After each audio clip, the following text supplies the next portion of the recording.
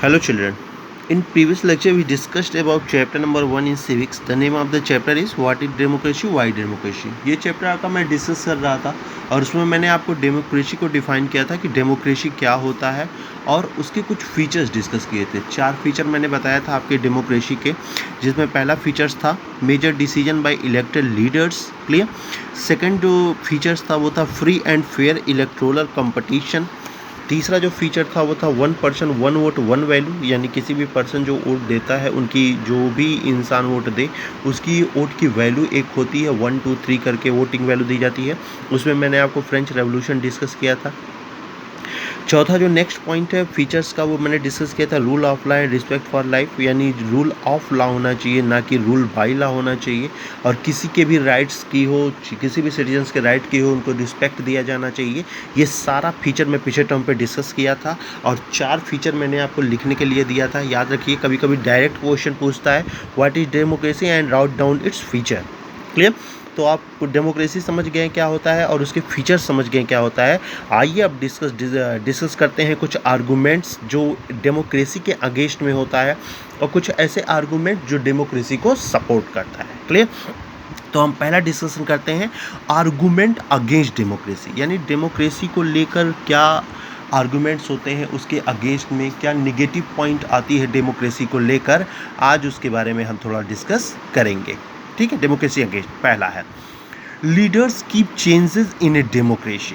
ठीक। आप क्या कहते हैं डेमोक्रेसी में क्या होता है, इलेक्शन होता है, इलेक्शन के बाद गवर्नमेंट फॉर्म होती है, लेकिन आपको पता होना चाहिए हर 5 साल में अगर वो बेहतर काम नहीं करती है तो आप क्या करते हैं, उसके अगेंस्ट वाली पार्टी को वोट देते हैं, यानी उसकी गवर्नमेंट बनती है। चलिए, आज भाजपा की गवर्नमेंट आई, उसने तमाम पॉलिसीज़ बनाए हैं, तमाम प्रकार के कार्य किए हैं। अगली गवर्नमेंट जब आती है तो वो गवर्नमेंट क्या करती है, उसके द्वारा बनाए गए पॉलिसीज़ को ख़त्म कर देती है और एक नई पॉलिसी इस्टेब्लिश करती है। इससे क्या होता है, इनस्टेबिलिटी होता है, यानी आपने कुछ प्रोग्राम इस्टेब्लिश किया या कुछ योजनाएं चलाई, दूसरी गवर्नमेंट आई उसको हटा देती है, फिर उसकी गवर्नमेंट आती है तो उसको हटा देती है। तो इस प्रकार क्या होता है, इंस्टेबिलिटी हो जाता है। इस प्रकार पब्लिक उसका पूरा एडवांटेज नहीं ले पाती जब तक वो समझती है कि अच्छा ये प्रोग्राम है, ऐसे करना है, वैसे करना है। उससे पहले ही पता चला नया गवर्नमेंट आया और उसने उस पॉलिसी को ही ख़त्म कर दिया। जो आपने समझा बूझा, जो फ़ायदा लिया, वो सारा फ़ायदा ख़त्म हो जाता है। तो इस प्रकार डेमोक्रेसी का जो पहला डिसएडवांटेज है वो डिसएडवांटेज है leaders keep changes in democracy. वो जब चाहे तब डेमोक्रेसी को चेंज करता रहता है, जैसे उसकी गवर्नमेंट फॉर्म हो गई, रूल बदल दिया, तो इससे इंस्टेबिलिटी डेवलप हो जाती है सोसाइटी में। क्लियर। याद रखिए, जो आर्गुमेंट अगेंस्ट डेमोक्रेसी है इसको लेकर तमाम प्रकार के क्वेश्चंस बन सकते हैं। पहला तो यही बन जाएगा, आर्गुमेंट अगेंस्ट डेमोक्रेसी को समझाइए। सेकंड बन सकता है इसका डिसएडवांटेज समझाइए। थर्ड बन सकता है इसका डिमेरिट्स बताइए। तो आपको पहला डिमेरिट ध्यान में रखना होगा इंस्टेबिलिटी का। Clear. Second one, democracy dash political competition and power play, no scope for morality. Morality means क्या होता है, नैतिक शिक्षा। क्लियर। तो क्या होता है, जब डेमोक्रेसी में जो पॉलिटिकल कंपटीशन शुरू हो जाता है, उस कंपटीशन में क्या होता है, इस पार्टी के मेंबर्स उस पार्टी के मेंबर्स के निगेटिव पॉइंट को बताते हैं, उस पार्टी के मेंबर उस पार्टी के मेंबर्स का निगेटिव पॉइंट बनाते हैं। यानी जो पब्लिक को मोरलिटी देनी चाहिए, नैतिक शिक्षा देनी चाहिए, वो नैतिक शिक्षा सोसाइटी में डेवलप ही नहीं हो पाता है। यानी साधारण इंसान किस प्रकार का रिस्पेक्ट करे, किस प्रकार की नैतिक शिक्षा ले, किस प्रकार उसका बिहेव बेहतर हो, इस प्रकार की वो शिक्षा ग्रहण ही नहीं कर पाता। और ये डेमोक्रेसी का दूसरा सबसे बड़ा डिमेरिट है। क्लियर। चलिए, आप कंपटीशन करिए, कोई दिक्कत नहीं, लेकिन इस कंपटीशन में आप क्या करते हैं, दूसरे नेताओं के निगेटिव पॉइंट्स को आप लगते हैं बताने, और निगेटिव पॉइंट होने की वजह से हमारे अंदर क्या होता है, उस लीडर्स के प्रति रिस्पेक्ट नहीं रह पाता और हम उसको लेकर तमाम प्रकार के निगेटिव पॉइंट्स बातें करते हैं। उस तरह की मोरलिटी डेवलप नहीं हो पाती जो किसी भी डेमोक्रेटिक कंट्री के पब्लिक को होनी चाहिए। क्लियर। तो ये 2 डिमेरिट हो गए। थर्ड डिमेरिट पे आगे बढ़ते हैं।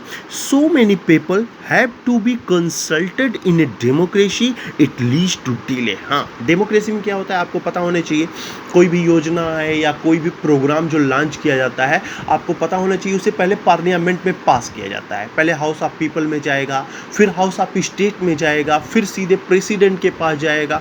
जब प्रेसिडेंट साइन मारता है तब जाके वो एक रूल बनता है, एक रेगुलेशन बनता है। तो इस प्रकार क्या होता है, कोई प्रोग्राम जो पब्लिक के बेहतर कार्य के लिए भी लाया जा रहा है उसमें भी अच्छा खासा डिले हो जाता है। इट्स लीड्स टू डिले, उसमें भी क्या हो जाता है, अच्छा खासा डिले हो जाता है। क्लियर? उसमें क्या होता है, अच्छा खासा डिले हो जाता है। क्लियर? यानी आप इतना कोई भी प्रोग्राम जो पब्लिक के हेल्प के लिए भी होता है, वो पब्लिक के हेल्प के लिए लाए गए प्रोग्राम में भी काफ़ी डिले हो जाता है। क्लियर? तो जितना आप डिस्कशन करेंगे उतना डिले होगा। हालांकि ये डिमेरिट ज़रूर है, बट इसी से लेकर एक इसका एडवांटेज भी है। तो नेक्स्ट पॉइंट में मैं डिस्कस करूंगा, जो आर्गूमेंट फॉर डेमोक्रेसी डिस्कस करूंगा उसमें बताऊंगा।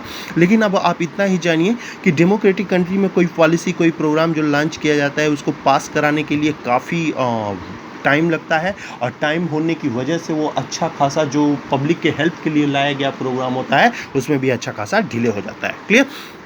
3 पॉइंट हमने पढ़ा। फर्स्ट पढ़ा इंस्टेबिलिटी, सेकंड पढ़ा no scope for morality, third पढ़ा it leads to delay. Fourth one देखते हैं, elected leaders do not know the best interest of the people lead to bad discussion. Clear?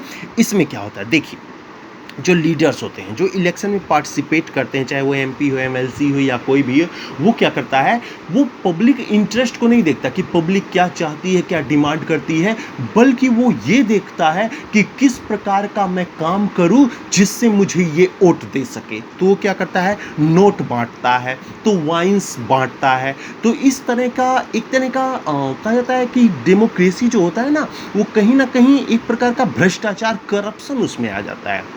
Clear? Leaders ये नहीं देखते कि public का फ़ायदा किस में है, पब्लिक एडवांटेज किस में है, बल्कि वो ये देखने लगते हैं कि किस प्रकार मैं पब्लिक का फ़ायदा ले सकूं, मैं ऐसा क्या करूं कि पब्लिक अंधा होकर हमें वोट दे।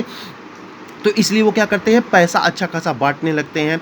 पैसा बांटने के साथ साथ वो अच्छा खासा वाइन्स वगैरह भी बेचने लगते हैं, जिससे काफ़ी ज़्यादा लीड टू बैड डिस्कशन, बहुत सारी निगेटिव पॉइंट होती है और गवर्नमेंट के लिए अच्छी सोच डेवलप नहीं हो पाती। क्लियर?